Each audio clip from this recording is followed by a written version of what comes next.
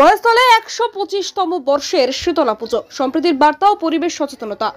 দক্ষিণ চব্বিশ পরগনার মহেশতলা ১২ নম্বর ওয়ার্ডের সরকারপুল ফাল্গুনী ব্রতচারী সংঘ ক্লাবের উদ্যোগে ১২৫তম বর্ষের শীতলা পুজো অনুষ্ঠিত হলো। এই ঐতিহ্যবাহী উৎসবে হিন্দু ও মুসলিম সম্প্রদায়ের মানুষ একত্রিত হয়ে সম্প্রীতির এক অনন্য দৃষ্টান্ত স্থাপন করে। উৎসবের অংশ হিসেবে টিম সম্প্রীতির পক্ষ থেকে মন্দিরে আগত ভক্তদের হাতে ১২৫টি চারাগাছ বিতরণ করা হয়, যা পরিবেশ সচেতনতার বার্তা বহন করে।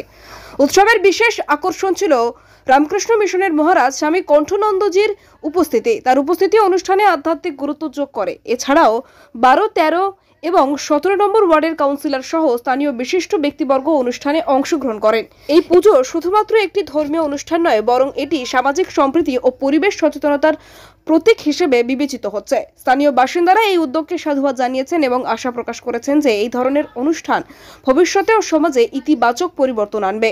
আমরা পদার্পণ করেছি এলাকার সমস্ত মানুষের ঐকান্তিক সহযোগিতা এবং বিশিষ্টজনের উপস্থিতি, সব কিছু মিলিয়ে একটা সমস্ত কিছু ভেদাভেদ ভুলে আজকে আমরা একটা জায়গায় উপনীত হয়েছি।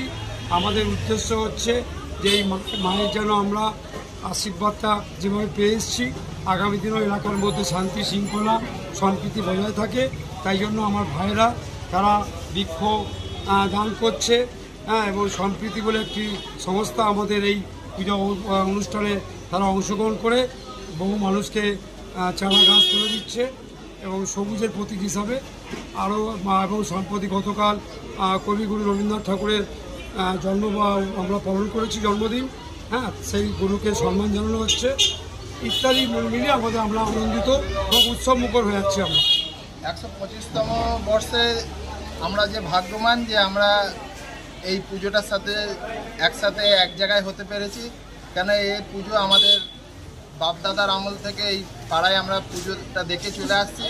আমরা যে সঙ্গে আমাদের যে আমার কাকা আজকে আমাদের সাথে দাঁড়িয়ে আছে, সেই কাকার বয়স নাই করে ৬০-৬৫-র ওপরেই হবে। সেই কাকার সাথে আমরা কাঁধে কাঁধ মিলিয়ে বসে আছি।